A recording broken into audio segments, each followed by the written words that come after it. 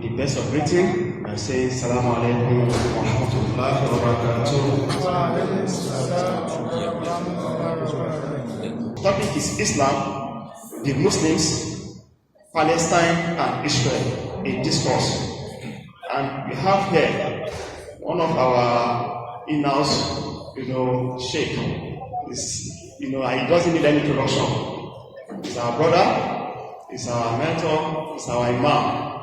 It's always difficult to have a combination of somebody who's an Imam, who's also, an erudite scholar in the contemporary world. He's wearing several caps today. Okay, apart from being the guest lecturer for today, it's also the national Amir of the company.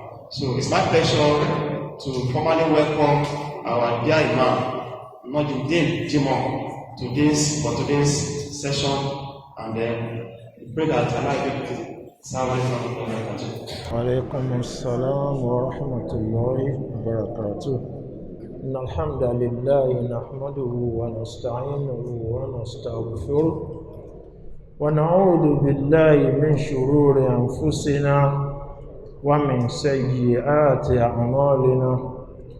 إنه من يهده الله فلا مضل له ومن يضلل فلا هادي له وأشهد أن لا إله إلا الله وحده لا شريك له وأشهد أن محمدا عبده ورسوله اللهم صل على محمد وعلى آل محمد كما صليت على إبراهيم وعلى آل إبراهيم وبارك على محمد وعلى آل محمد كما باركت على إبراهيم وعلى آل إبراهيم إنك حميد مجيد.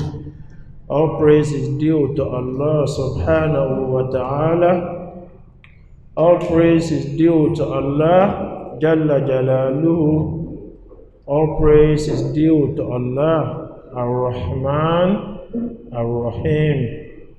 We thank Him, we glorify Him, we seek Allah's assistance and forgiveness, and we seek His continuing peace, blessings, and benedictions upon our noble Prophet Muhammad, sallallahu alayhi wa sallam, on members of his household, his companions, and all of us believers. Amen. Brothers and sisters, Assalamu alaikum wa rahmatullahi wa barakatuh.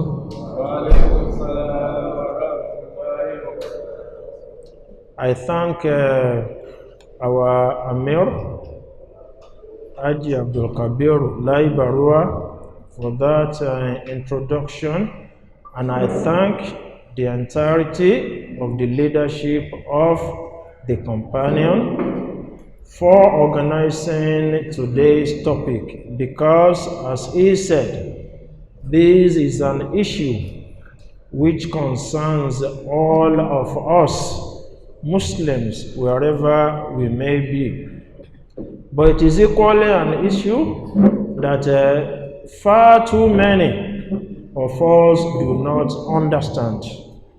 It wouldn't be an exaggeration to say that in reality 9 out of 10 Muslims do not understand what is actually going on between Palestine and Israel.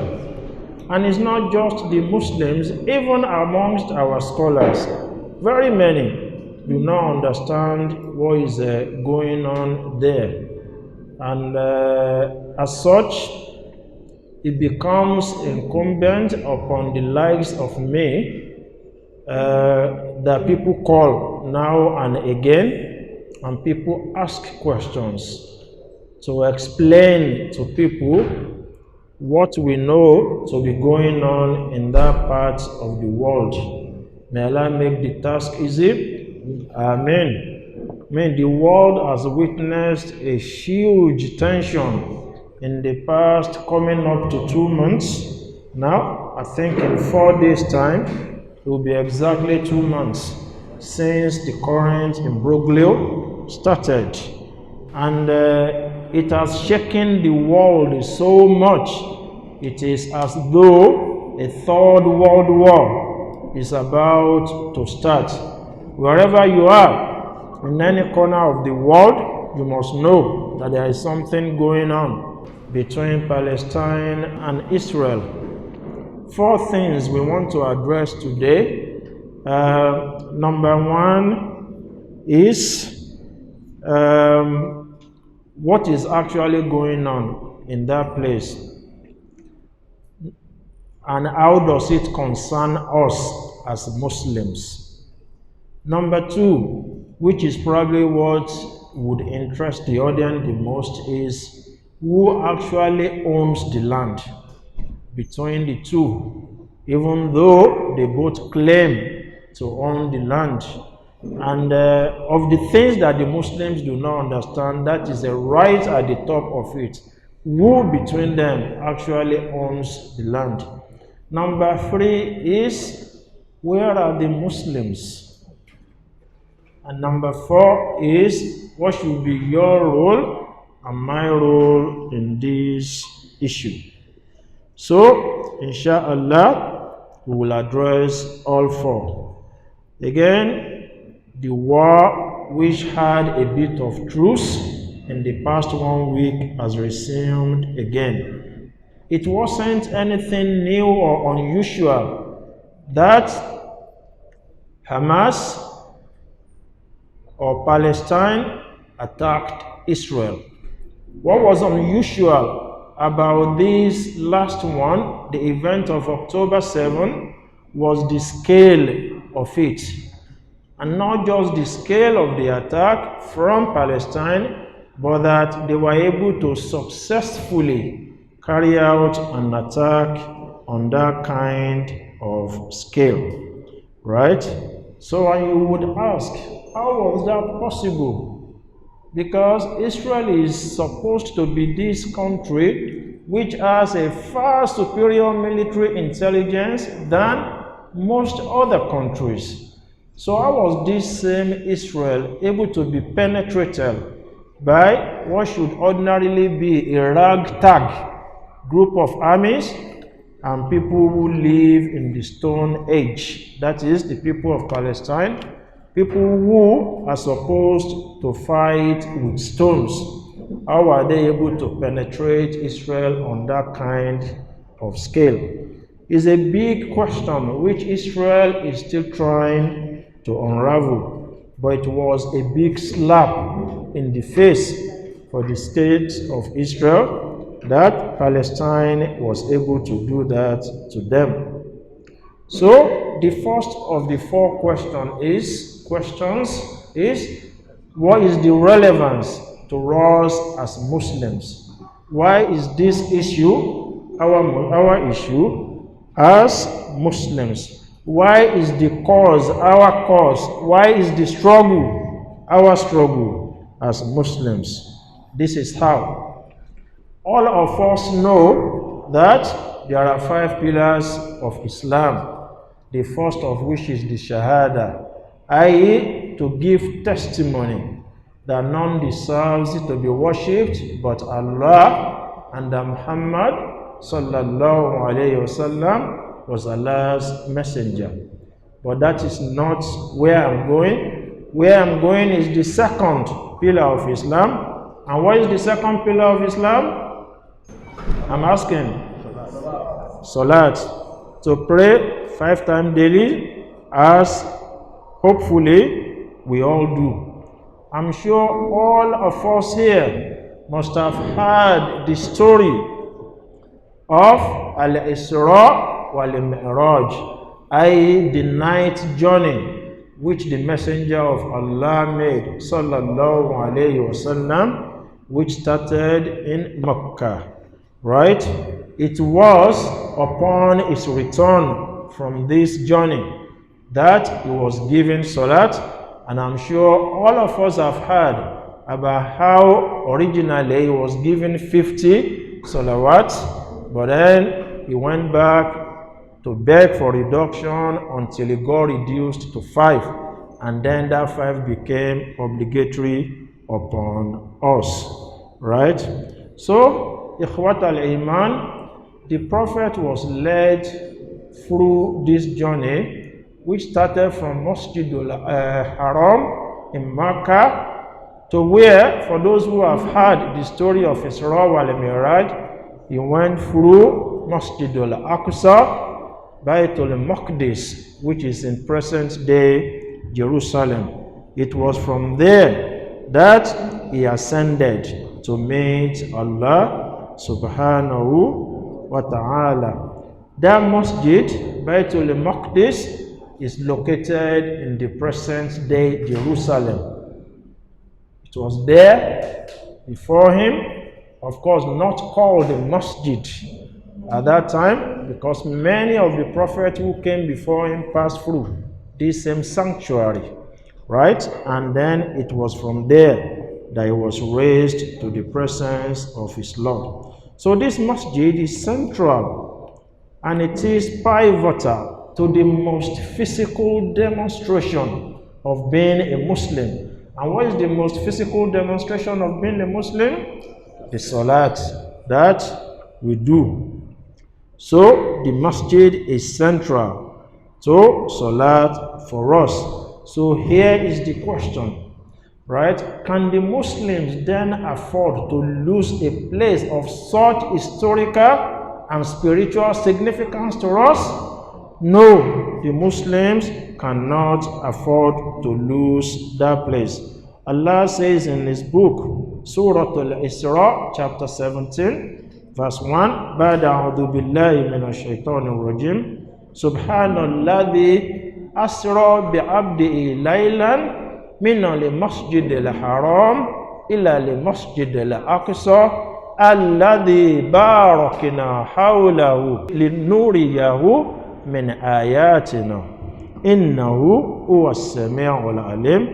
Allah says, glorified is he who took his slave Muhammad sallallahu alayhi wasallam for a journey by night from the Masjidul Haram in Mecca to the Masjidul Aqsa in Jerusalem, the neighborhood of which is blessed. This is an ayat in the Quran.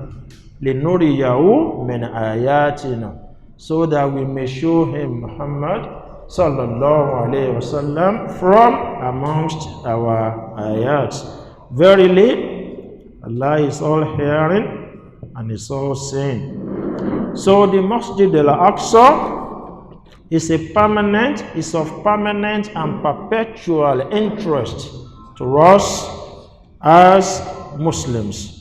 That's the number one reason why the Palestinian struggle is your struggle and is my struggle as a Muslim. Number two, our Rasul sallallahu alayhi wasallam spent 13 years of his mission in Makkah al-Mukarramah, right? It was while he was in Makkah that Salat was given as part of our religion, right? Ibadallah, where was the Qibla of the Muslims when Salat became part of this religion? Our Qibla was the same masjid that is in Jerusalem. At least an overwhelming majority of our scholars are of the view that the Qibla, the original Qibla of the Muslims, the place that we faced for all the time that the Prophet was in Mecca, was this same Baytul Maqdis in Jerusalem, right?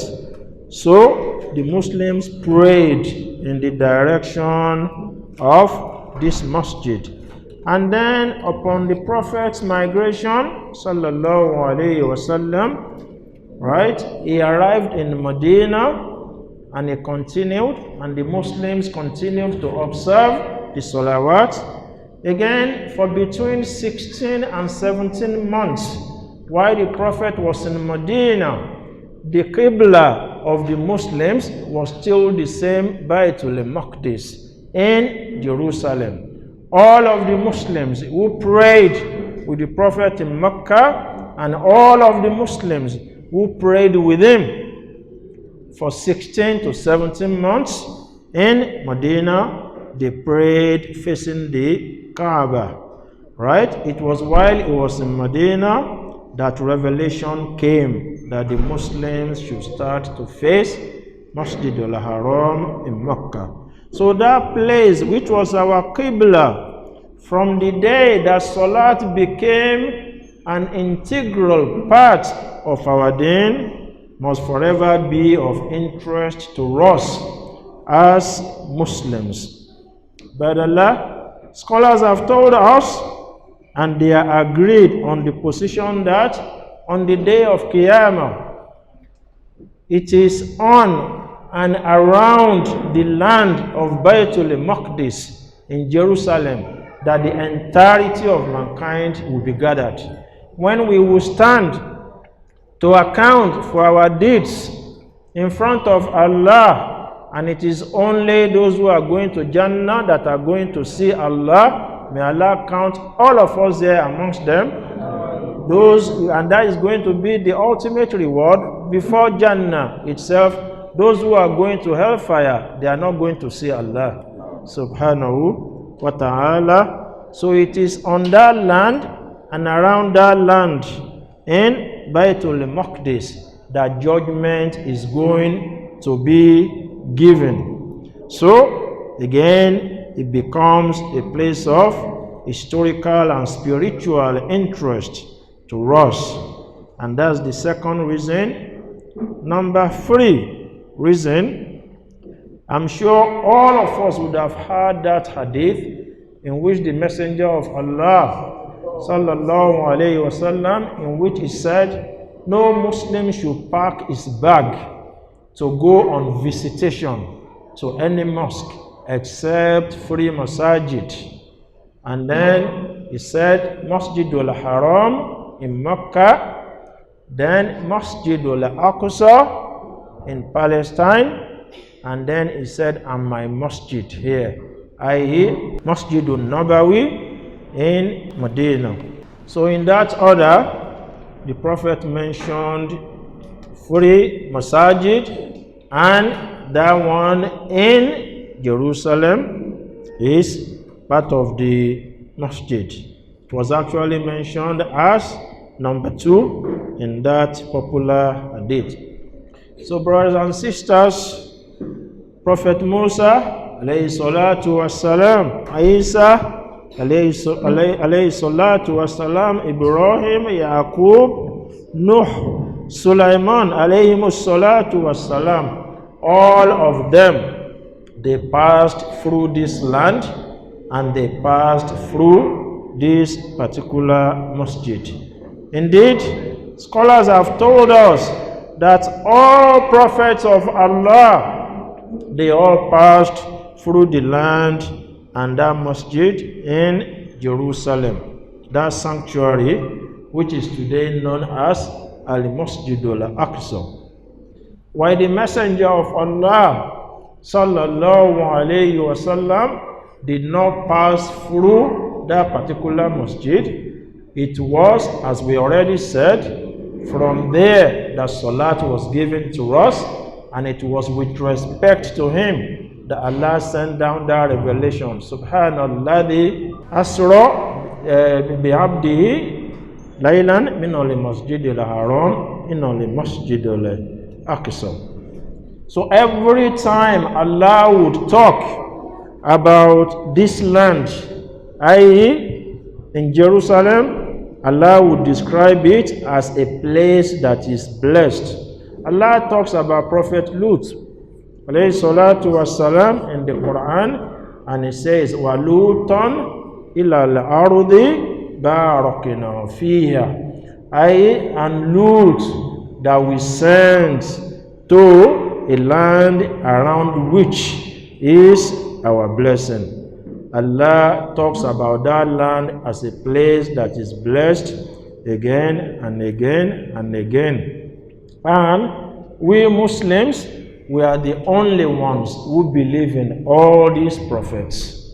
No other adherents of any religion believe in all these prophets, but we as Muslims, we believe in all of them, and that is by command from Allah subhanahu wa ta'ala as well. So these three reasons are the first reasons why the Palestinian cause is your cause and my cause. But is it enough or enough reason for the Muslims to then claim the land? No, it isn't enough. So we move on to the second issue that we want to address, and that is who actually owns the land. And I'll need your rapt attention, because it can get complicated as we go, right? So who is the owner of the land between the Palestinians and the Israelis? And this is the simple answer. The land belongs to all of them, and the land belongs to both of them. None of them owns the land more than the other, except that that place was always ever Palestine. The name Israel never existed, and inshallah we will very soon reach how the name Israel came into being as well.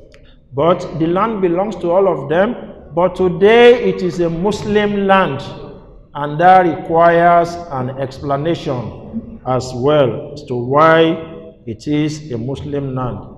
The people of Israel in the Quran are referred to as Banu Israel, meaning the children of Israel. So who is Israel?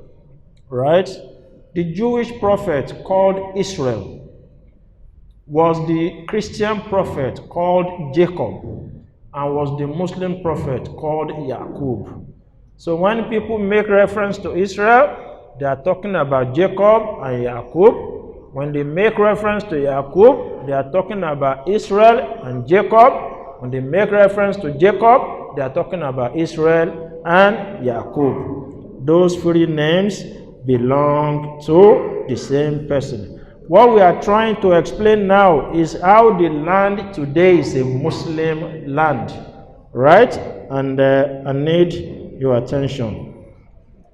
So they are called Banu Israel, right? And Israel is Yaqub to us as Muslims. Now, who was the father of Yaqub? Anyone? Ishaq, alayhi salatu wassalam. Who was the father of Ishaq? Ibrahim. So Ibrahim or Abraham gave back to Ishaq or Isaac, who gave back to Yaqub or Israel, right? So all of them are grandchildren of Prophet Ibrahim alayhi salatu wassalam. Now, so Yaqub himself, or Jacob, or Israel, gave birth to 12 sons. And today, the Israelis, they have 12 tribes. And the 12 tribes are named after the 12 sons of Yaqub, alayhi salatu wasalam. So anytime an Israeli will say, I am of this tribe, or this tribe, that name they are mentioning are the 12 sons of Prophet Yaqub alayhi salatu wassalam. And of these 12 sons, one was very famous. Which son was most famous? Prophet Yusuf alayhi salatu wassalam. Are you connecting it? You can see it can be right if you are not following with attention. But the story of Yusuf, who in the Bible is Joseph, has no bearing whatsoever to what we are discussing here today. So the next question is, how did Jacob become Israel? Because his original name was Jacob, right? The answer to this you will find in the Bible, not in the Quran. Right? Now, Jacob did some terrible things. This is biblical narration I am giving you now. He did some terrible things. Some of them are so terrible, right? They are unbefitting of a prophet of Allah. Because one of the terrible things that he did is that he wrestled with God. So imagine God and Jacob were engaged in a wrestling match. Wallahi, it is in the Bible, right? He wrestled with God. He cheated his siblings. He deceived his father. He did a long line of terrible things, as a result of which he left the town of his birth, which is around this same place called Palestine or called Israel. And he disappeared, and no one saw him for a while. But after a while, he became regretful, repentant, and then he came back to his people. Then God, according to the Bible, now changed his name from Jacob to Israel. And that was how Jacob became Israel. And what does Israel mean? The one who strove, or literally the one who fought God, or who fought with God. That is the name, the meaning of that name, Israel. Right? So, that is the story as far as that is concerned. So, and this establishes one fact straight away. Number one, there was no one called Israel until the name of Jacob was changed from Jacob to Israel. And there was no town or city or land called Israel until the name Jacob was changed to Israel. Right? It is significant, but it is minor in the scheme of things. Right? So, going back to Prophet Ibrahim, alayhi salatu wassalam. Now, we have mentioned Isaac. Which other son did Prophet Ibrahim have? Ismail, alayhi salatu wassalam. Ismail is believed to be the father of the Arabs. Ishaq is believed to be, especially through his son, Yaqub, the father of the Jews. And this is how it happened. Ibrahim was not an Arab, and he never spoke Arabic in his entire life, right? But all of us have heard the story of how he settled Ismail with his mother Hajar in around the Kaaba, what is today known as the Kaaba.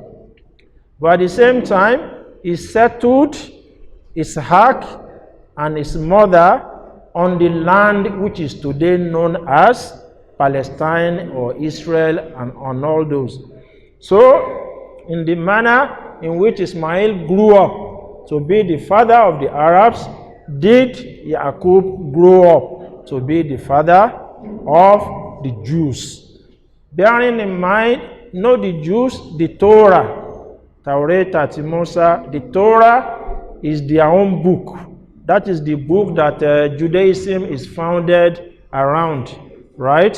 So they had accepted Prophet Moses from a very long time, and their entire worship was along the line of what Moses brought to them. Bearing in mind that Allah subhanahu wa ta'ala never mentioned the name of a religion except Islam. But that was a long time, because Moses came well before Muhammad. Isa came well before Muhammad. Allah sent all these people, but the only time that Allah says, I have sent you with a religion called, is that which we find in the Quran. Al-yawma akmaltu lakum dinakum wa atmamtu alaykum ni'mati wa raditu lakum al-islamu dina. That this day I have perfected for you your religion, right? I have completed my favor upon you, and I have chosen for you Islam as your religion. Musa was not given name of a religion. Ibrahim was not given name of a religion. Isa was not given name of a religion, right? But then the Jews named the religion that Moses brought as Judaism, just as the Christians named the religion that Isa brought as Christianity. The word Christianity does not exist in the Bible even once. And the word Christian exists only 3 times in the Bible, and it exists as Christian, not Christians. You won't find Christian plural in the Bible at all, right? And the word Christianity and Christian existed long after Jesus was dead, just as the name Judaism came into being long after Moses was gone. But with the exception of Islam, the name was by revelation, and then it was through his messenger that our religion got named Islam. So, Yaqub, through his father, Ishaq, are known to be the father of the Israelites. And as I have said, the 12 tribes of Israelites are the 12 sons of him. So with all this that I have said, how then is the land a Muslim land? This is how. So Ibrahim, Ismail, Isaac, Yaqub, Yusuf, all of them lived and died before the time of Rasulullah sallallahu alayhi wasallam. So the entire story that we have narrated to date was before the time of Muhammad sallallahu alayhi wasallam. And then Islam came. And then the Prophet came as the last person to be sent, sallallahu alayhi wasallam. And like the rest, this is how the land is now a Muslim land. Like the rest of the Arab world, right? The Arab around Palestine, they embraced Islam through Muhammad sallallahu alayhi wasallam. The Jews remained. They were free to practice their religion, but the land overwhelmingly had embraced the religion, right? Let me remind you, the city of Mecca, they had a religion before Islam came, right? Idolatry was their religion, right? But when Allah raised a prophet from amongst them, right? Even though they fought him, they chased him out, but they ultimately embraced, and that religion became the state religion. So they had a religion before Islam came. Now, so the land in and around Israel was at different times land of Judaism, land of Christianity, land of Islam. All of this being through whichever prophet it was that came at any point in time. And at the time there was land of Judaism, there were minority worshippers of some other things. At the time there was land of Christianity, there were minority worshippers of other things. When it became the land of Islam, there were minority worshippers that were Christians from the time of Jesus alayhi salatu wasalam, and there were Jews as well. Now, let me remind you, Nabi Isa alayhi salatu wasalam, otherwise known as Jesus Christ, was born in Bethlehem, which is in the present day Jerusalem. His parents were from Nazareth, and Nazareth is also in present day Jerusalem. His entire mission was in and around that land, bearing in mind that Moses came before him and the people had embraced the religion that they call Judaism through Moses So when Allah raised another prophet from amongst them, who now came with the religion known as Christianity, what did they do to that prophet? They crucified him. According to them, they crucified him, they killed him. According to us, Allah raised him up and is going to come back.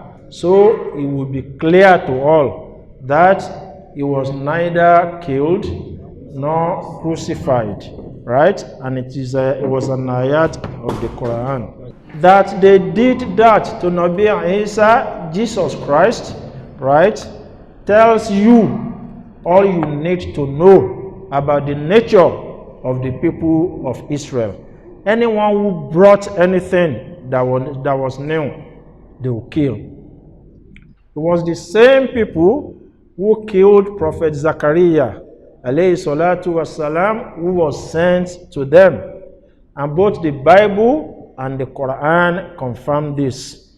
It was the same people who killed Prophet Yahya, alayhi salatu wasalam, otherwise known as John the Baptist. He was sent to them.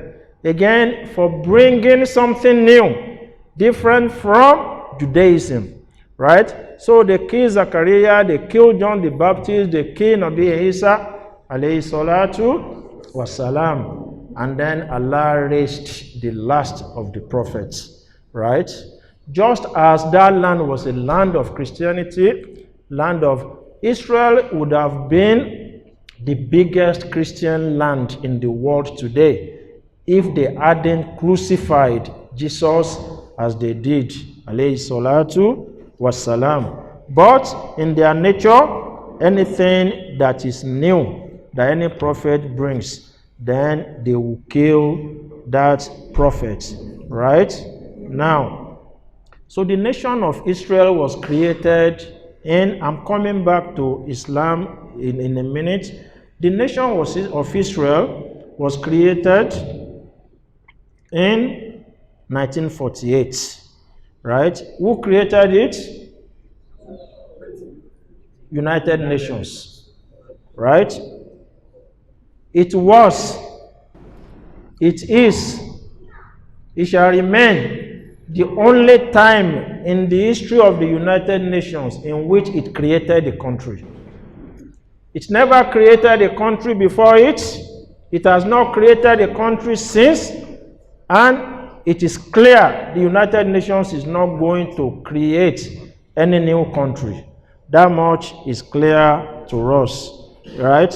Now, lend me your ears to understand exactly what the UN did in 1948. As I told you before, right, the religion in Saudi, before Allah raised a prophet from amongst them, was idol worshipping, right? But then the same people, even after they sent the prophet out, chased him out, chased out the Muslims, chased them to send them to Abyssinia, pursued them all the way to Abyssinia. They came back, they left the city and everything they owned. They went to Medina, they still pursued them. The same land ultimately accepted Islam, right? And it became a land of Islam, which is the #1 land of Islam today, Saudi Arabia.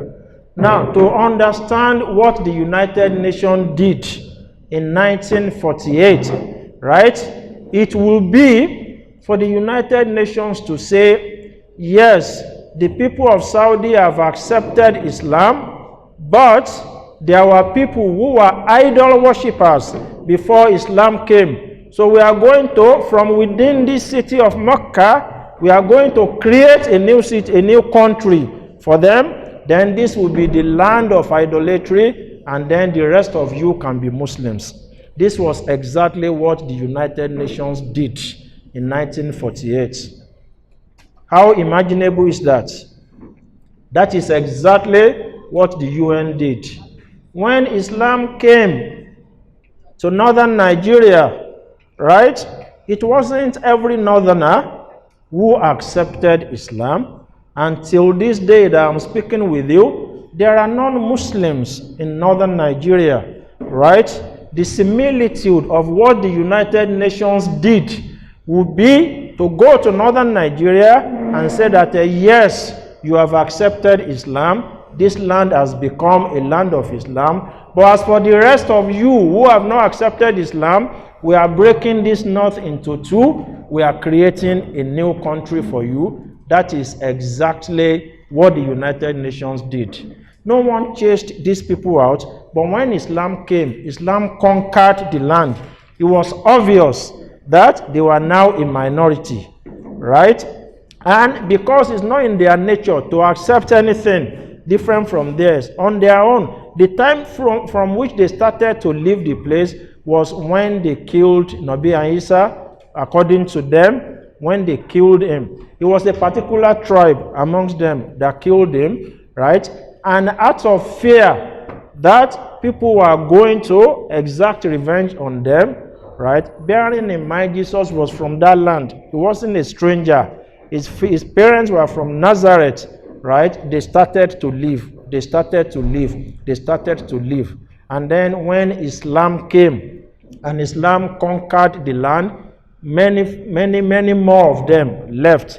Whereas at the time that the land was land of Judaism, the minorities remained and they were worshiping in their own way. At the time that it was becoming land of Christianity, before they did what they did, the minorities remained and they were doing their own thing.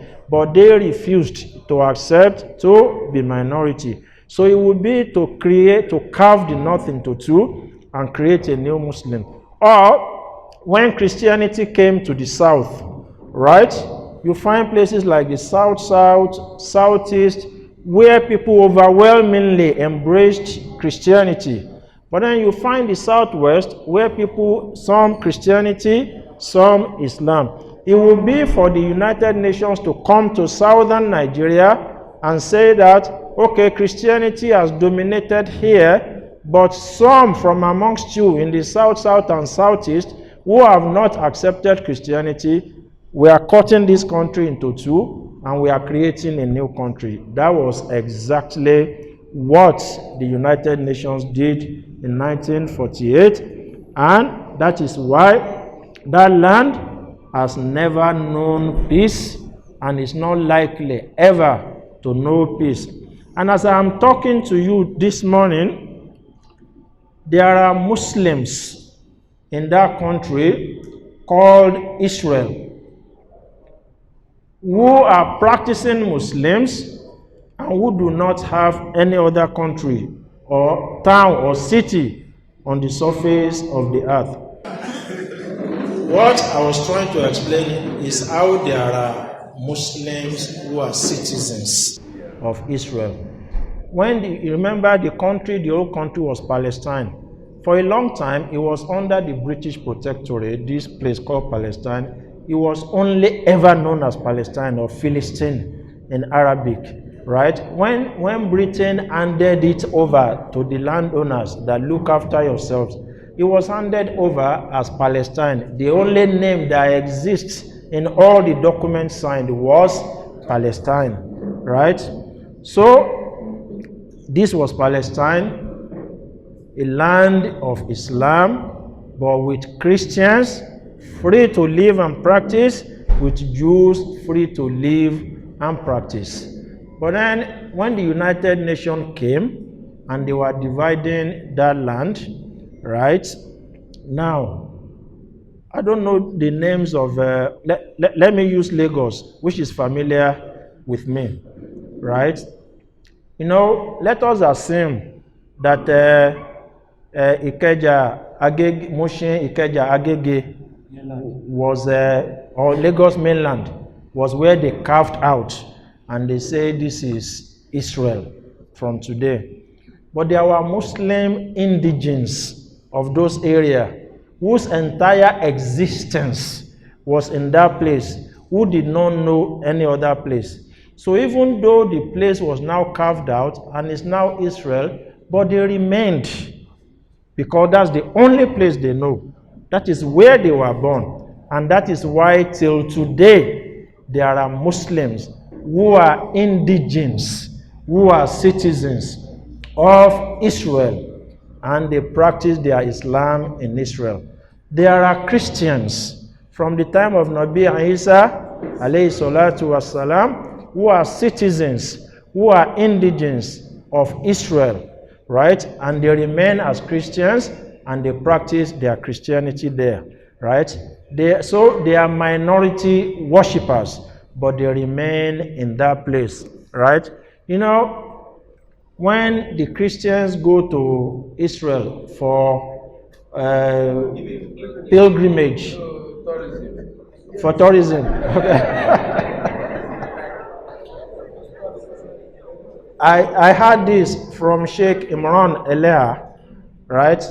He said the people that show them around are mainly Muslims, but they wouldn't necessarily know, right? Because they are citizens and indigens of this place.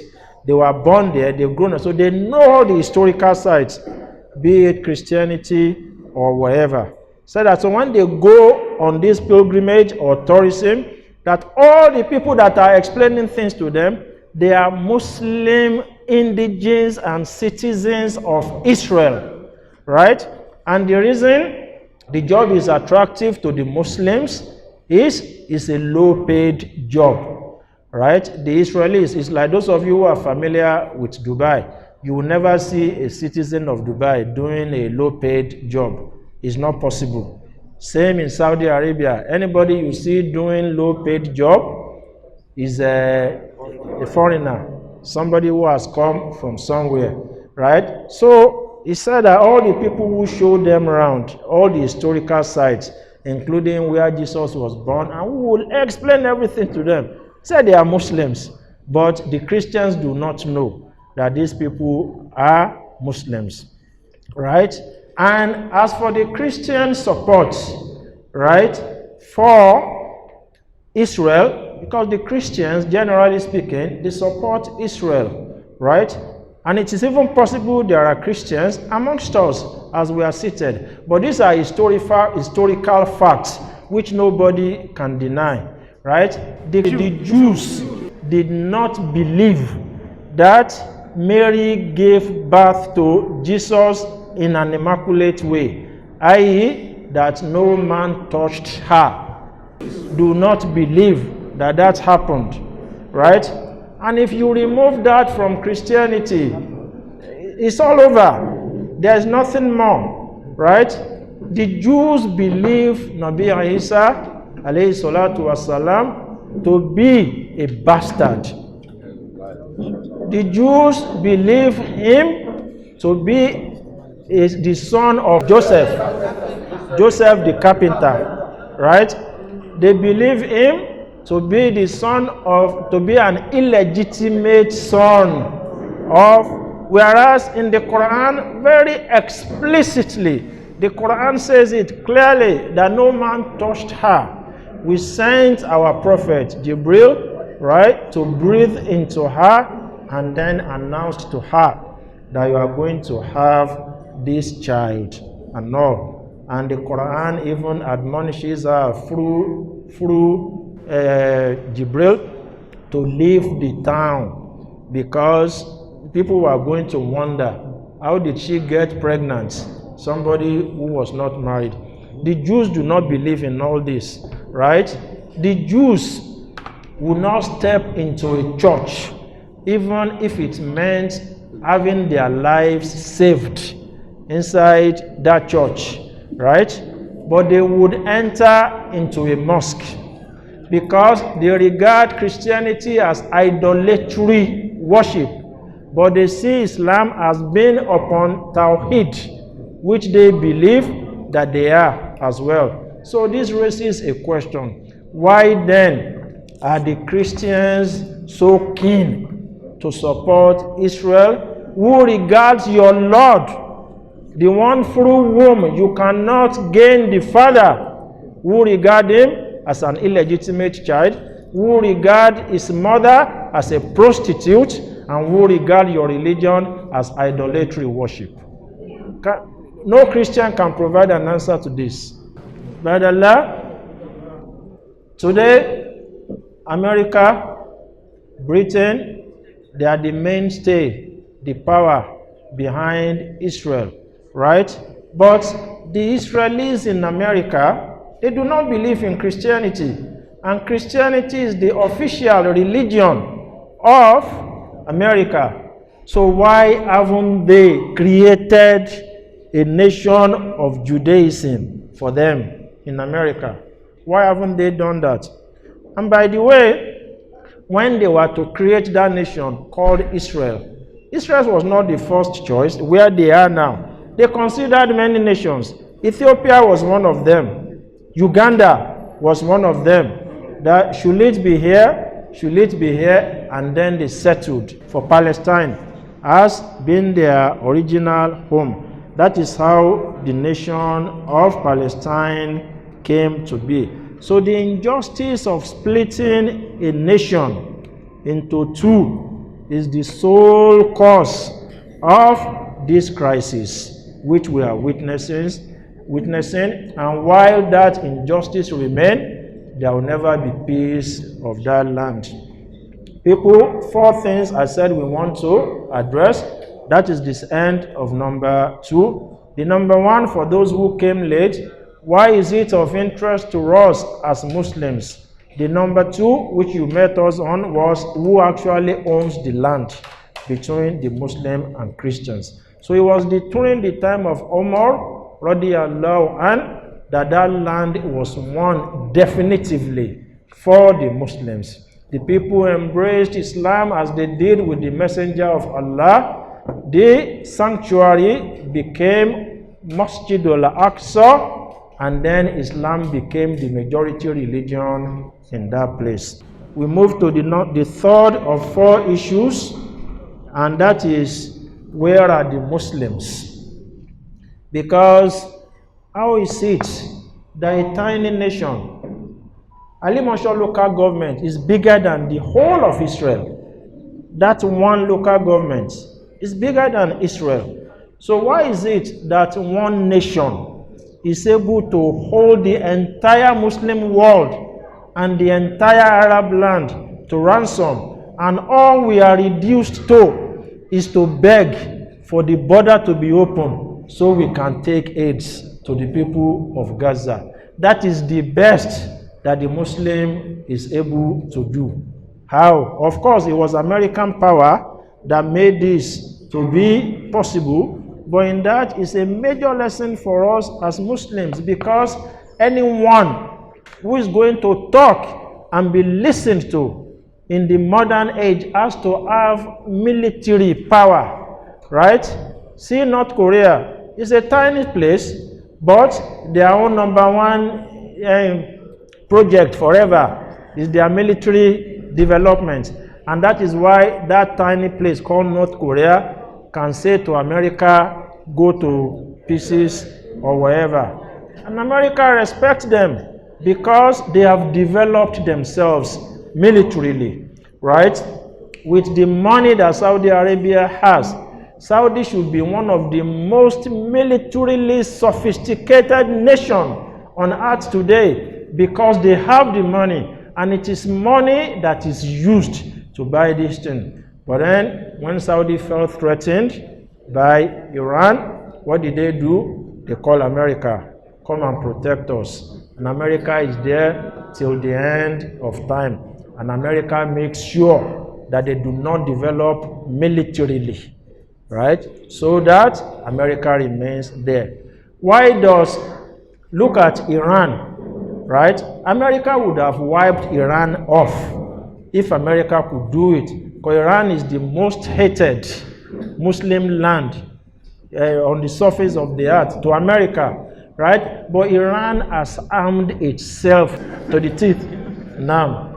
Iran has armed itself, right? So America respects Iran in its own way, for no other reason than its military capabilities. America respects North Korea for no other reason. America respects Russia for no other reason. But we Muslims, the Muslim nation, we got that one terribly wrong. We got it terribly wrong. Of course, another thing which did not work in our advantage is population, right? You cannot have a strong military without having a big population. Look at the UAE with all their money. They can never have a strong military because they are so tiny, right? Israel is tinier, but America is the power of Israel, and America will not let all these nations grow their military.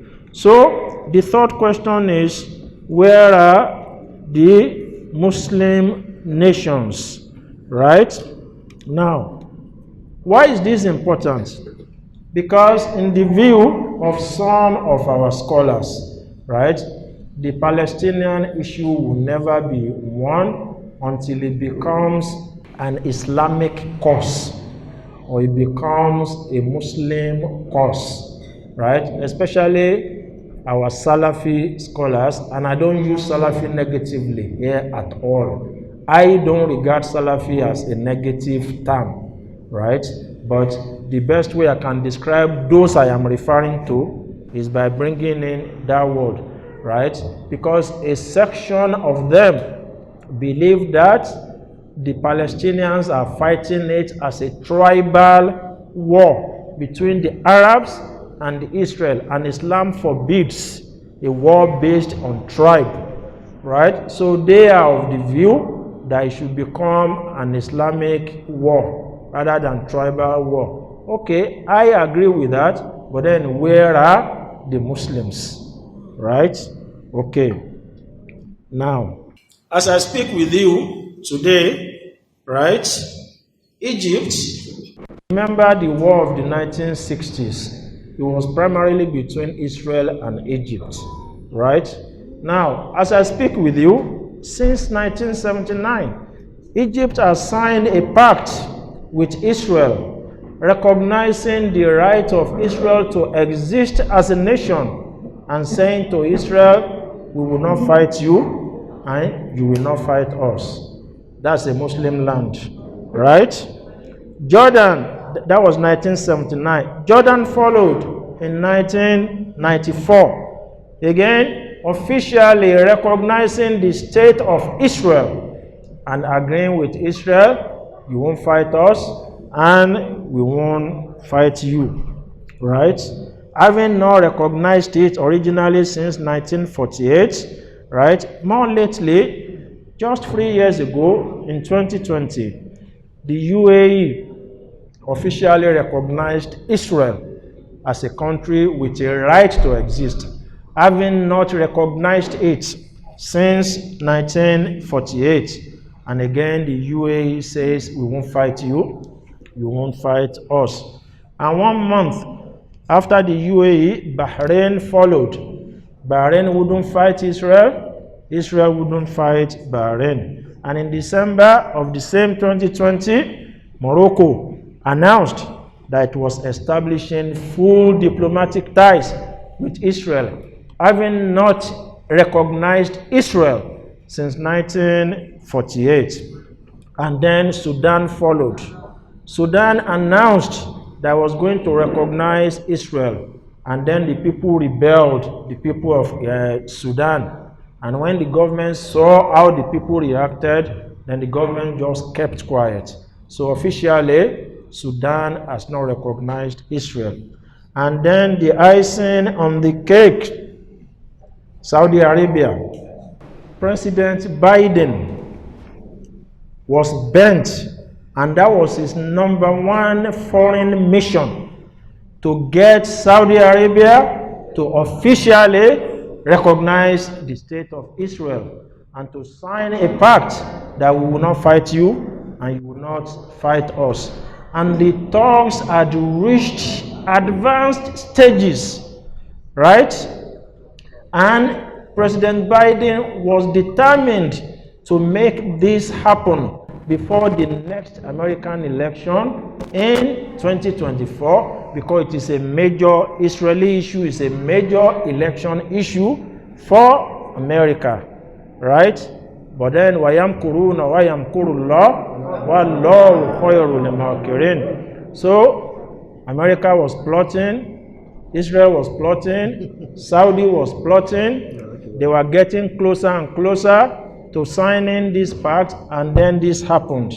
Right? Now, this has thrown everything in the bin. Now, because how can any Muslim nation now come forward to say we want to establish full diplomatic ties with Israel with what is happening now? This crisis is what has made. Otherwise, before next year, Saudi would have recognized Israel.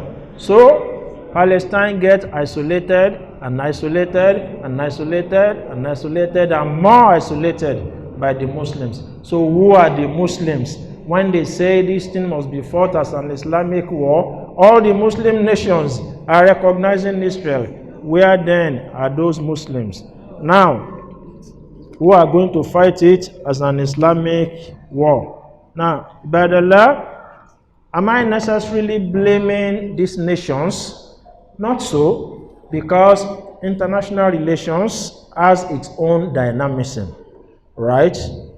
I've mentioned that they've done this, but I'm not necessarily blaming them, because in international relations, interest is what comes. In fact, interest is number one, interest is number 100, right? Everything is about what is in our interest, right?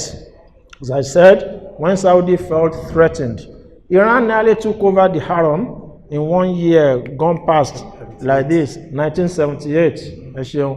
Iran nearly took over the Haram, right? It was a very close call, like this. And then Saudi thought, who is that power that could get rid of these people? And they couldn't think beyond America. And since then, America has had a permanent presence in that place, right? Okay, so would you blame Saudi Arabia? Should they fold their arms and then let... I'm not justifying, I'm just defining that interest, that when it happens, right, your interest first. Who can protect us from Iran? America.